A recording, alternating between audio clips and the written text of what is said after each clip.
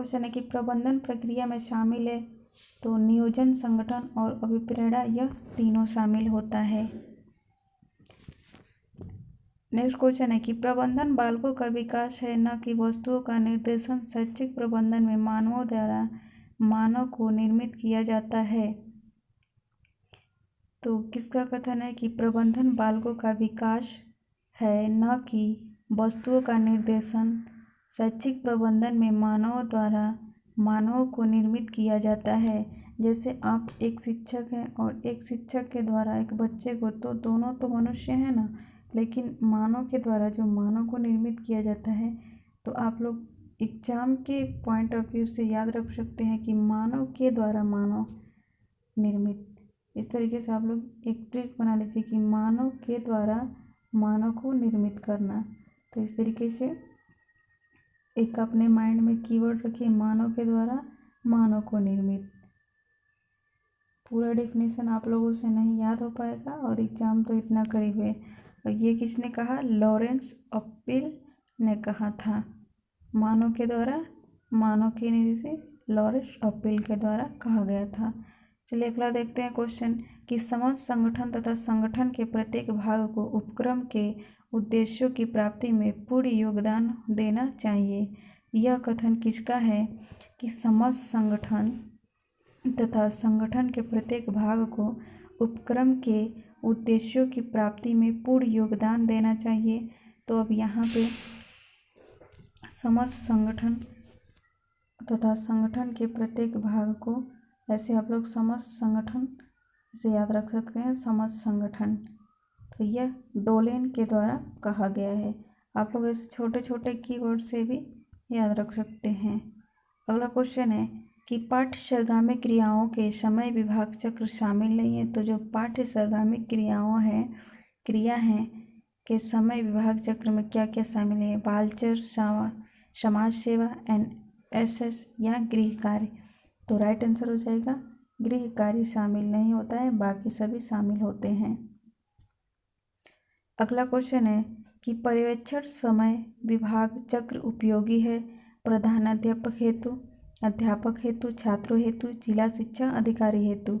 तो पर्यवेक्षण जो होता है, इसका अर्थ यह होता है कि मैंने आपको बताया था कि पर्यवेक्षण होता है वो, इसको इंग्लिश में हम लोग सुपरविजन कहते हैं। अर्थात अल्प दृष्टि जो दृष्टि होता है और दिव्य दृष्टि।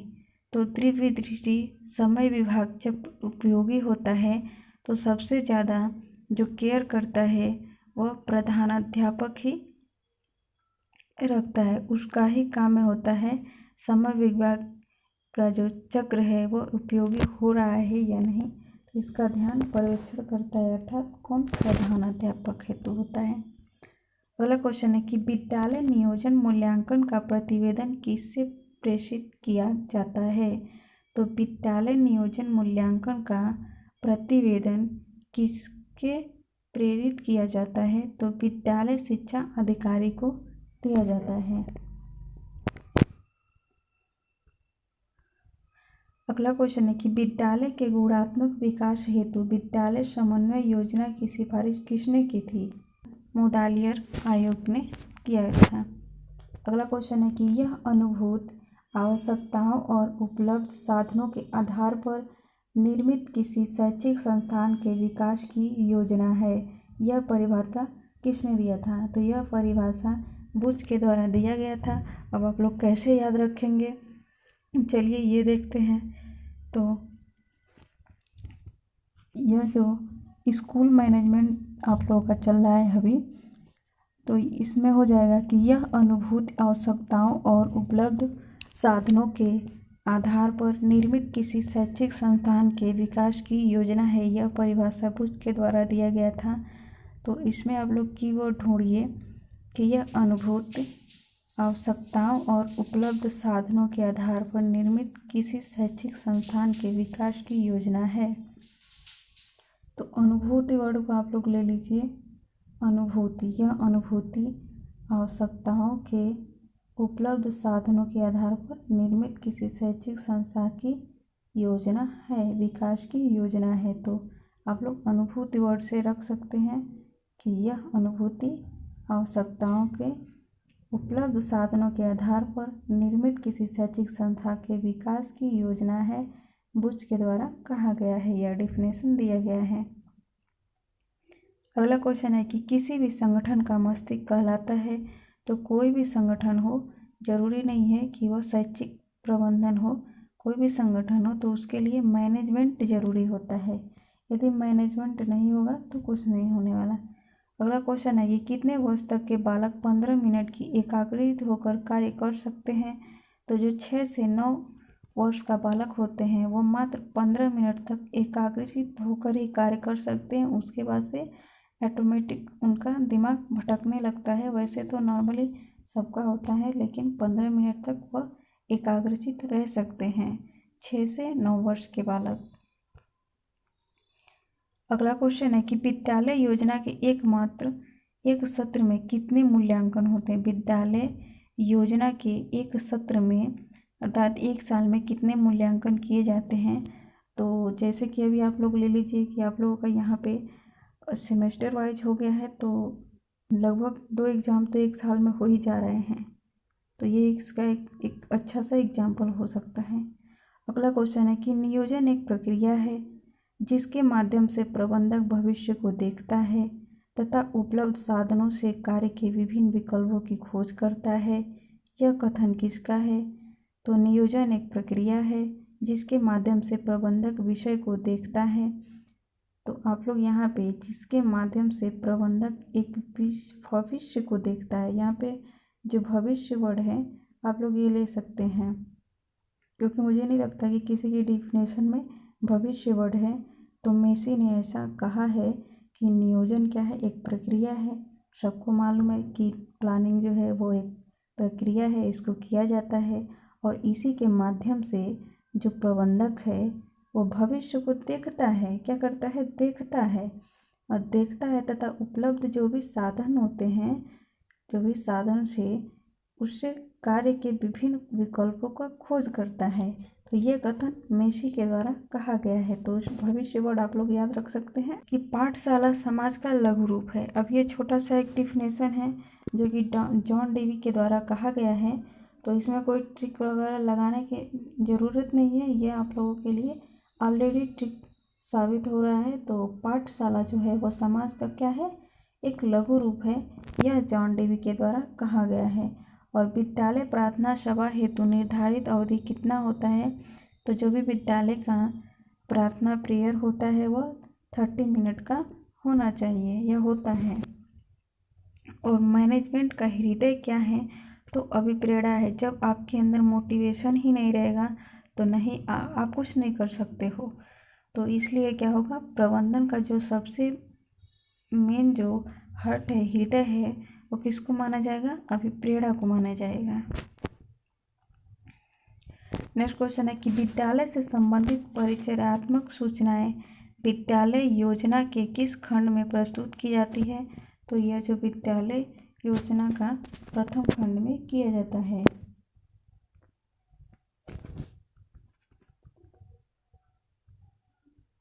अगला क्वेश्चन है कि विद्यालय वातावरण के मानवीय आयाम क्या है। तो जो विद्यालय वातावरण है उसमें मानवीय आयाम में प्रधानाचार्य हो जाएंगे, समाज हो जाएगा, अभिभावक हो जाएगा या प्रबंधक व्यवहार हो जाएगा। तो मानवीय में क्या हो जाएगा, प्रधानाचार्य हो जाएंगे। अगला क्वेश्चन है कि शिक्षक अभिभावक समितियों का गठन किया जाता है पाठशाला स्तर पे, जिला स्तर पे, राज्य स्तर पे या उपर्युक्त सभी। तो यह राइट आंसर हो जाएगा उपर्युक्त सभी। एमडी कार्य विद्यालय योजना के किस क्षेत्र में आता है। भौतिक शैक्षिक क्षेत्र, विविध क्षेत्र या सहशैक्षिक क्षेत्र। तो सहशैक्षिक क्षेत्र में एमडीएम कार्य विद्यालय योजना के क्षेत्र में एमडीएम सहशैक्षिक क्षेत्र आता है। अगला डिफिनेशन है कि विद्यालय में गाइस थोड़ा फास्ट चल रहा है क्योंकि एग्ज़ाम आप लोग का इतना करीब है कि आप लोग पहले से भी तो वीडियो पढ़ ही गया होगा। तो आप लोग आई होप कि सारी वीडियो आप लोग देख लिए होंगे। और यदि आप लोग नहीं देखते हैं तो अब इसमें आप लोगों की नुकसान है। बाकी बहुत सारे जो भी यूट्यूब हैं यूट्यूब के माध्यम से सभी जो भी टीचर हैं वो पढ़ा रहे हैं, तो वो लोग अपने कार्य को पूरे ईमानदारी पूर्वक कर रहे हैं। तो वैसे ही आप लोग भी अपने स्टडी को जारी रखिए, क्योंकि इससे आने वाला भविष्य जो है वो आप लोगों का ही सुधार होगा। तो इसलिए अपने साथ कभी भी नाइंसाफ़ी ना कीजिए। अगला क्वेश्चन है कि विद्यालय में उपलब्ध मानवीय संसाधन की सुगठित जो भी व्यवस्था है कि योजना विभाग चक्र यह परिभाषा किसने दिया था? विद्यालय में उपलब्ध मानवीय संसाधनों की सुसंगठित व्यवस्था, सुसंगठित व्यू रचना की योजना समय विभाग चक्र है, यह परिभाषा किसने दिया था? तो SIERT के द्वारा यह दिया गया था। और एक बार इसको ट्रिक बनाते हैं। विद्यालय में उपलब्ध मानवीय संसाधन की सुगठित व्यू रचना। आप लोग व्यू रचना की योजना आप लोग ऐसे ट्रिक बना सकते हैं। व्यू रचना, व्यू रचना ये किसके द्वारा कहा गया है? यदि आप लोग के डिफिनेशन में कहीं भी व्यू और रचना की योजना मिले तो वो आप लोग क्या कीजिएगा, व्यू रचना कहीं भी वर्ड में दिखे तो आप लोग SCRT लगा सकते हैं। चलिए, ज़्यादा डिफिनेशन पे यदि आप लोग माथा चुप्पी करेंगे तो आप लोगों के पास मात्र 1 हफ्ते हैं, और इसमें भी आप लोगों को MCQ थ्योरी बहुत सारा असाइनमेंट और कॉलेज जो भी है वो अलग से ही असाइनमेंट, पूरे एक जो सब्जेक्ट है वो आप लोगों का प्रैक्टिकल है।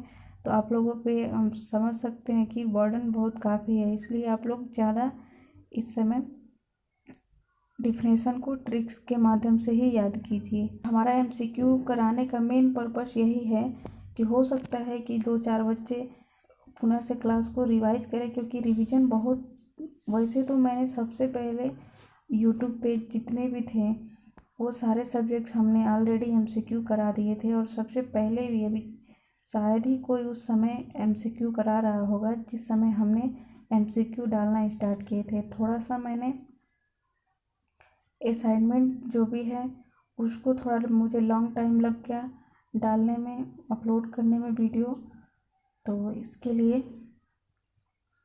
अब आप लोगों का मैराथन क्लास चलेगा। और एक यदि बुक होगा तो कोशिश किया जाएगा कि मैराथन क्लास में आप लोगों को पूरे जो एक बुक है उससे आप लोगों को पूरा बुक एक समय में ही, एक मैराथन क्लास में ही करा दिया जाए, चाहे वह 100 क्वेश्चन हो, 200 क्वेश्चन हो।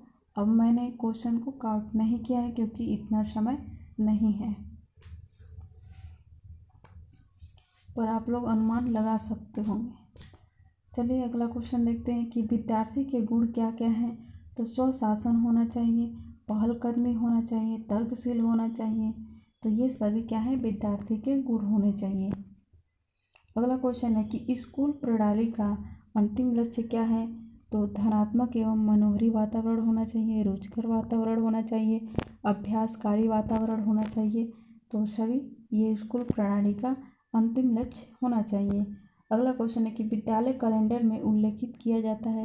तो विद्यालय कैलेंडर में क्या उल्लेखित किया जाता है? सभी सभा की तिथियों का, सभी छुट्टियां का, विद्यालय टूर्नामेंट की तिथि का। तो ये सभी क्या है, विद्यालय रिकॉर्ड कैलेंडर में रखा जाता है, ये सभी रिकॉर्ड। अगला क्वेश्चन है कि विद्यालय कार्यालय में रखे जाने वाली वस्तु क्या है? तो विविध अभिलेख, प्रतिवेदन, रजिस्टर, ये सभी रखे जाते हैं। ये सब आप लोग कर लेंगे, कॉमन सी क्वेश्चन है।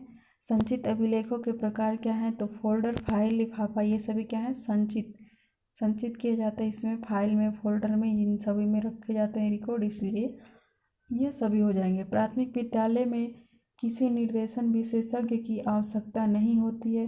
क्यों नहीं होती है देख लेते हैं। क्योंकि पाठ्य सहगामी समिति होती है, छात्रों की संख्या कम होती है, बालकों की आवश्यकता समिति होती है। तो ये सभी क्या हो जाएंगे, राइट आंसर हो जाएगा उपर्युक्त सभी। अगला क्वेश्चन है कि निम्न में से जो अच्छे निर्देशन कार्यक्रम की विशेषता है वह क्या है?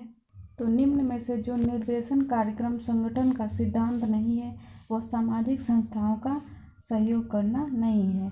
अगला क्वेश्चन है कि अभिभावक शिक्षक संघ का अध्यक्ष कौन होता है? तो अभिभावक शिक्षक संघ का जो देखिए यहाँ पे ये क्वेश्चन का कहने का अर्थ यह है कि जो अभिभावक है वह भी एक प्रकार का शिक्षक है। शिक्षक तो शिक्षक ही है, प्रिंसिपल तो प्रिंसिपल ही है, लेकिन जो माता पिता होते हैं वो प्रथम शिक्षक होते हैं। तो अभिभावक शिक्षक संघ का अध्यक्ष जो होता है वो अभिभावक ही होगा। नेक्स्ट क्वेश्चन देखते हैं कि विद्यालय में प्रमुख मानवीय संसाधन क्या है। तो जो भी मानव क्या है, शिक्षक हैं, छात्र हैं, ये सब क्या है, मानव संसाधन के अंतर्गत आएंगे। अगला क्वेश्चन है कि पाठ्यचर्या का अर्थ क्या है। पाठ्यचर्या का अर्थ क्या है, तो ये सभी अनुभव जिनसे छात्र कॉलेज में परिचित होते हैं। अब आपको जैसे लंच होता है तो आपको लंच में क्या बताया जाता है कि आप लंच में भोजन कर सकते हैं, घूम सकते हैं, खेल सकते हैं। तो क्या है, ये भी एक, इससे भी आपको एक शिक्षा मिलती है।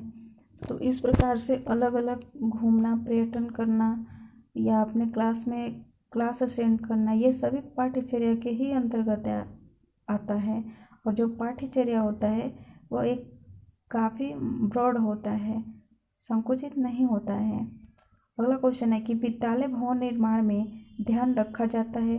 तो जब भी विद्यालय भवन निर्माण किया जाता है तो छात्रों की संख्या क्या, अब ऐसा नहीं हो कि विद्यालय मैं ज़्यादा डिस्क्राइब नहीं करना चाहती हूँ, आप लोग को पता होगा। चलिए आगे बढ़ते हैं कि छात्रों की संख्या और आर्थिक साधन दोनों पर ध्यान रखना चाहिए। अगला क्वेश्चन है कि खेल की आवश्यकता होती है, तो शारीरिक विकास के लिए होती है। अगला क्वेश्चन है विद्यालय में पत्र पत्रिकाओं की व्यवस्था की जाती है। तो पत्र पत्रिकाएँ प्रयोगशाला में, पुस्तकालय में, कार्यालय में। तो विद्यालय में पत्र पत्रिकाएँ तो वही पुस्तकालय में ही होंगे, प्रयोगशाला में क्यों होंगे, छात्रावास में क्यों होंगे, कार्यालय में तो रहते ही हैं, लेकिन पुस्तकालय में अवश्य होना चाहिए। कार्यालय जो हो गए तो कार्यालय कोई ज़रूरी नहीं, कार्यालय जो है वो कई प्रकार के कार्यालय हो सकते हैं और विद्यालय से रिलेटेड पुस्तकालय ही होता है, इसलिए आप लोग का यहाँ पे आंसर जो होगा वो पुस्तकालय होना चाहिए। अगला क्वेश्चन है कि मानवीय प्रबंधन के घटक क्या हैं। तो मानवीय प्रबंधन के घटक क्या क्या हैं, विद्यालय भवन हो गए, पुस्तकालय हो गए, फर्नीचर हो गए, क्या है, मानवीय प्रबंधन के घटक हो गए। शिक्षक, बच्चे और समुदाय हैं। तो जो मानवीय प्रबंधन के घटक हैं वह शिक्षक, बच्चे और समुदाय हैं। अगला क्वेश्चन है कि विद्यालय भवन में फर्नीचर, पेयजल और शौचालय आदि व्यवस्था की जाती है। तो ग्राम शिक्षा समिति, अभिभावक के संघ द्वारा या समुदाय द्वारा। तो राइट आंसर हो जाएगा उपर्युक्त सभी। अगला क्वेश्चन है कि प्राथमिक विद्यालय प्रबंधन हेतु गठित पीटीए का उपाध्यक्ष होता है। तो प्रधानाध्यापक अध्यक्ष होता है। अगला क्वेश्चन है कि विद्यालय प्रबंधन के लिए मुख्यतः कितने प्रकार के संसाधनों की आवश्यकता होती है।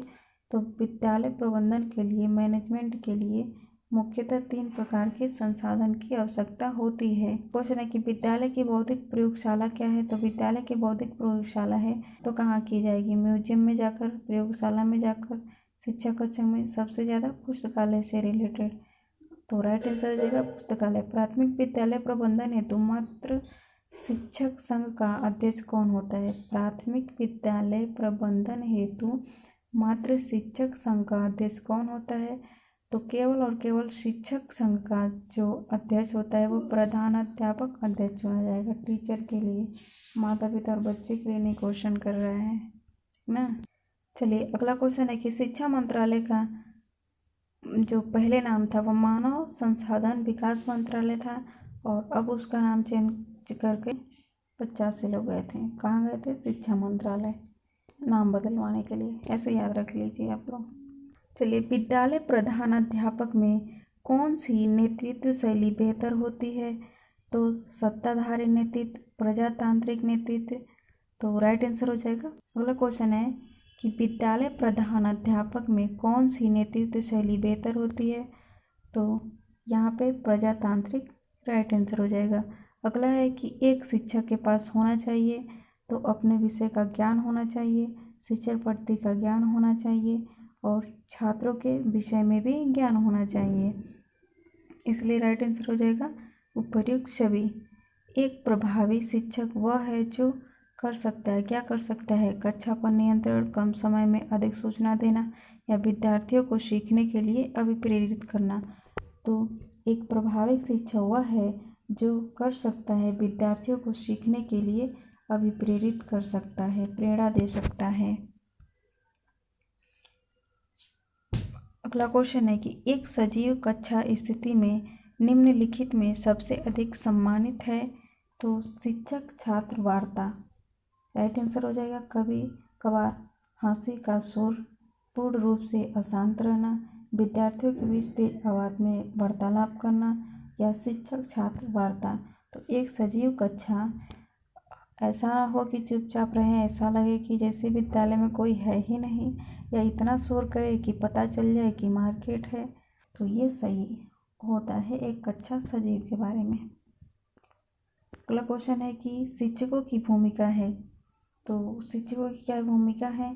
ज्ञान का संप्रेषण करना, छात्रों को अनुशासन में रखना, छात्र केंद्रित क्रिया आधारित करना, ये सभी क्या है? शिक्षकों की भूमिका है।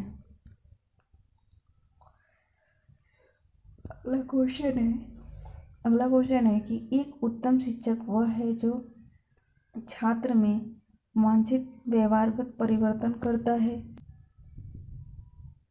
जब अध्यापक प्रथम बार कक्षा कक्ष में प्रवेश करे तो उससे बात करनी चाहिए। तो अपने बारे में और छात्रों के बारे में बात कीजिए, सिंपल सी बात है। अनुशासन जो अधिगम वातावरण में एक महत्वपूर्ण भूमिका निभाता है, किस तरह मदद करता है? तो बच्चों को अपनी शिक्षा को विनियमित और मॉनिटर करने के लिए राइट आंसर हो जाएगा। अगला क्वेश्चन है कि सूक्ष्म शिक्षण क्या है? तो सूक्ष्म शिक्षण है वह अश्रेणीय शिक्षण कहलाता है। अगला है कि निम्न में से कौन सी शिक्षण विधि प्रजातांत्रिक नहीं है? तो प्रोजेक्ट विधि, सहगामी विधि, व्याख्यान विधि, या सामूहिक विधि। तो जो शिक्षण विधि प्रजातांत्रिक नहीं है वह व्याख्यान विधि नहीं है, बाकी सभी हैं।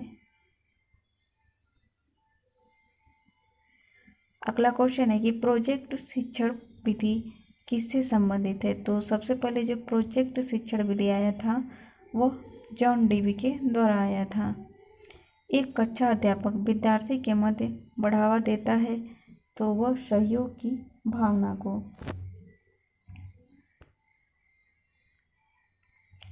अगला क्वेश्चन है कि आधुनिक शिक्षण अधिगम प्रक्रिया में शिक्षक की भूमिका होनी चाहिए। तो सीखने हेतु एक अच्छे सुलभकर्ता की। प्रधानाचार्य के गुण क्या होना चाहिए? तो प्रधानाचार्य है वो सहयोगी हो, मौलिकता उसके अंदर हो, और महत्वाकांक्षी हो, ये सभी होना चाहिए। राइट आंसर हो जाएगा। एक योग्य प्रधानाचार्य समाज का नेता होता है। उसके शब्द बहुत ही प्रभावशाली होते हैं, उसके व्यवहार के तरीके बहुत ही अच्छे होते हैं, और उसकी प्रकृति बहुत ही प्रिय होती है।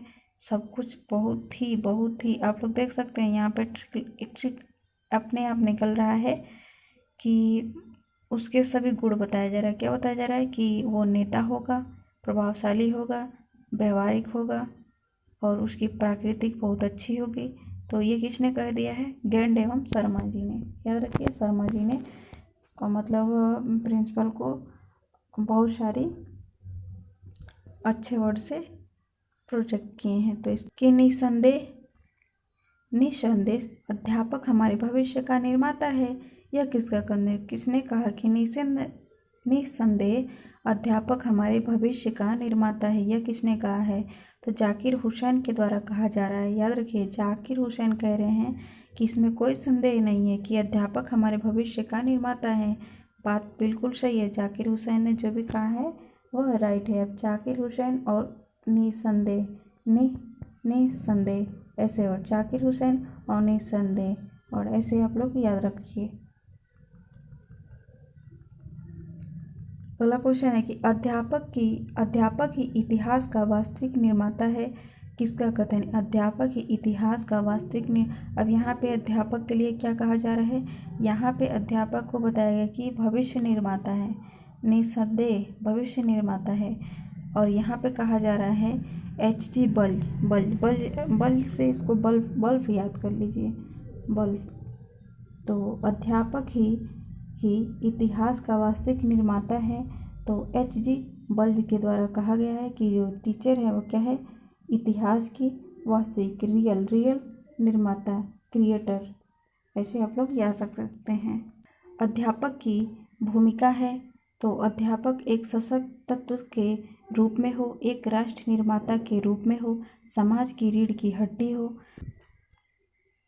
अगला क्वेश्चन है कि एक शिक्षक के गुण होना चाहिए, व्यक्तिगत होना चाहिए, शारीरिक होना चाहिए, व्यावसायिक होना चाहिए, तो ये सभी होना चाहिए।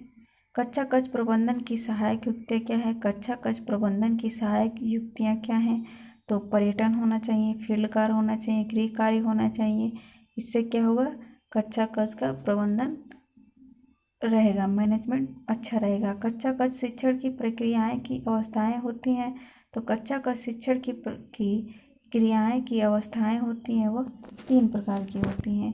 कक्षा कक्ष के आयाम भौतिक, नैतिक और मनोवैज्ञानिक, यह तीनों होता है।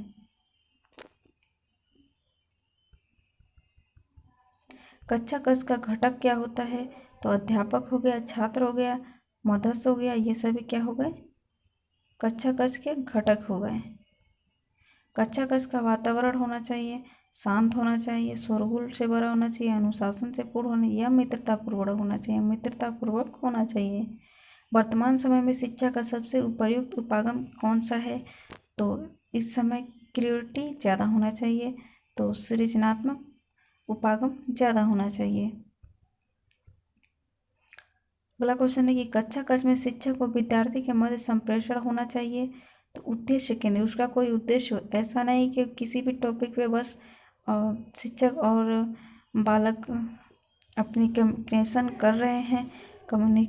कर रहे हैं और उसका कोई उद्देश्य नहीं है, तो फिर शिक्षा ग्रहण करने का कोई मतलब नहीं है, इसलिए उद्देश्य केंद्रित होना चाहिए। और यहाँ पे देख लेते हैं राष्ट्रीय पाठ्यचर्या की रूपरेखा 2005 की संस्तुतियों अर्थात सिफारिश के संबंध में कौन सा कथन सत्य है? तो विश्वविद्यालय की राजनीति से युक्त करना, विश्वविद्यालय को राजनीति से युक्त करना। जो पाठ्यचर्या बना था 2005 वो यही था कि जो विश्वविद्यालय था ना, वो राजनीति में कुछ शायद घुल मिल गया था ज़्यादा कुछ, तो इसलिए उसको उससे युक्त करना ही राष्ट्रीय पाठ्यचर्या की सिफारिश से संबंधित था। अगला क्वेश्चन है कि विद्यालय के समय सारणी, अब यहाँ पे थोड़ा टाइम टेबल से MCQ मिलेगा। विद्यालय के समय सारणी होनी चाहिए तो व्यवहारिक व लोचदार होना चाहिए। नेक्स्ट क्वेश्चन है कि विद्यालय नियोजन मूल्यांकन का प्रतिवेदन किससे प्रेषित किया जाता है? तो राइट आंसर हो जाएगा जिला शिक्षा अधिकारी को। अगला क्वेश्चन है कि कक्षा कक्ष में एक ही विषय के पीरियड लगातार होने चाहिए?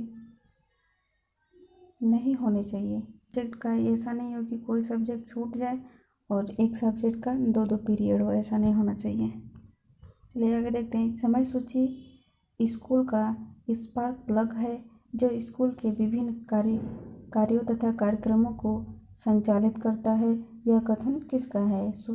जो समय सारणी है वो क्या स्कूल का स्पार्क प्लग है। अब आप लोग ज़्यादा दिमाग न लगाते हुए बस यहाँ पे स्पार्क प्लग कीवर्ड रखिए और ये जसवंत सिंह के द्वारा कहा गया है, बस ज़्यादा आप लोग माथापच्ची करने की ज़रूरत नहीं है। समय सारणी के प्रकार क्या है? तो संयुक्त समय सारणी होना चाहिए, कक्षा का समय सारणी होना चाहिए, अध्यापक के लिए होना चाहिए, प्रयुक्त सभी। समय सारणी के प्रकार क्या है? तो संयुक्त समय सारणी, कक्षा समय सारणी, अध्यापक समय सारणी, ये सभी क्या है? उपयुक्त सभी हैं। अगला क्वेश्चन है कि डिसिप्लिन शब्द की उत्पत्ति किस शब्द से मानी जाती है? तो लैटिन भाषा से मानी जाती है। दंड का सिद्धांत क्या होता है? तो दंड का सिद्धांत होता है प्रतीकात्मक, सुधारात्मक, उदाहरणात्मक। तो जो दंड का सिद्धांत होता है वह सुधारात्मक भी होता है, प्रतीकात्मक भी होता है और उदाहरणात्मक भी होता है। उदाहरण देकर भी आपको समझाया जा सकता है। नेक्स्ट क्वेश्चन है कि विद्यालय में छात्रों को अनुशासित रखने के लिए आप क्या करना चाहिए? तो स्वयं अनुशासित रहें। जब आप स्वयं अनुशासित नहीं रहेंगे तो फिर कुछ नहीं होने वाला है। अगला क्वेश्चन है, विद्यार्थी में अवांछनीय व्यवहार के परिवर्तन के लिए सबसे प्रभावी पद्धति है।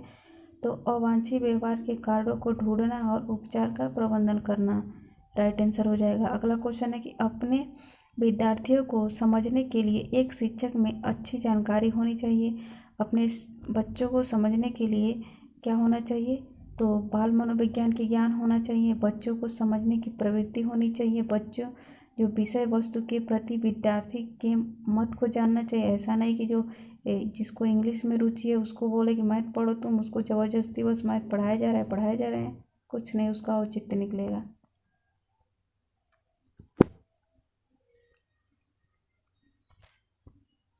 अगला क्वेश्चन है कि पाठ्य सहगामी क्रियाओं का अन्य नाम क्या है? तो पाठ्य सहगामी क्रियाओं का पाठ्य सहायक क्रियाएं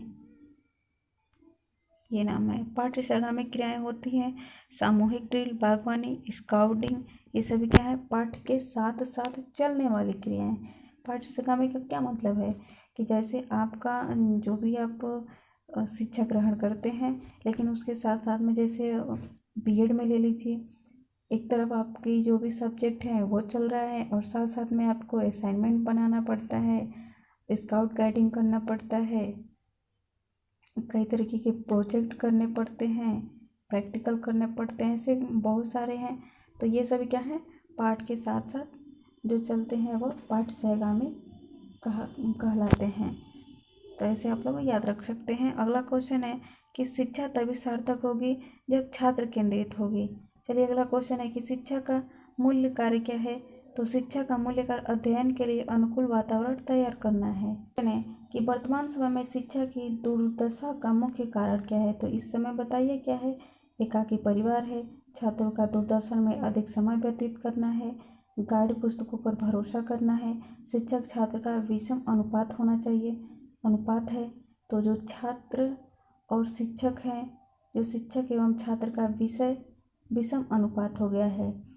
टीचर तो रहते हैं लेकिन बीएड कॉलेज में बच्चे ही पढ़ने नहीं जाते हैं, है ना? ऑनलाइन जो सिस्टम हो गया है तो इसीलिए राइट आंसर हो जाएगा। चलिए अगला क्वेश्चन है, कक्षा के माध्यम से कल्याण होता है समाज के सभी वर्गों का। समाज में जितने भी वर्ग हैं उस शिक्षा के माध्यम से सभी का कल्याण होता है। जब भी एक बालक शिक्षा ग्रहण करता है तो उसके जो भी अभिव्यक्ति हैं, विचार हैं, भाव हैं, माता पिता के प्रति, अपने बच्चों के प्रति, समाज के प्रति, अर्थात समाज के हर एक वर्ग के लिए वह एक बालक काफ़ी अच्छा साबित हो सकता है। दंड एवं पुरस्कार बालक को किस प्रक्रिया हेतु सहायक है?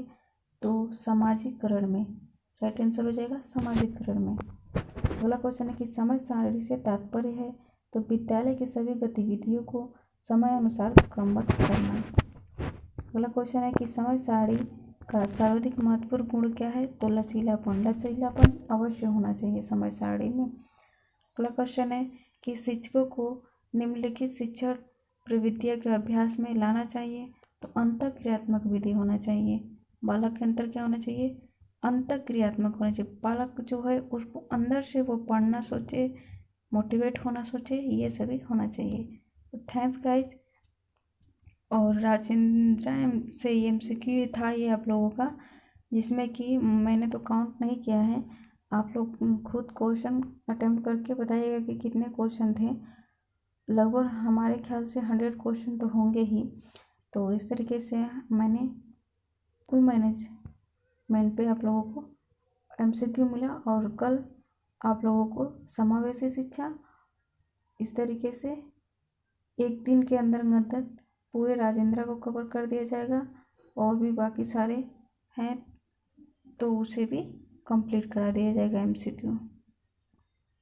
तो थैंक्स गाइस यहाँ तक बनने के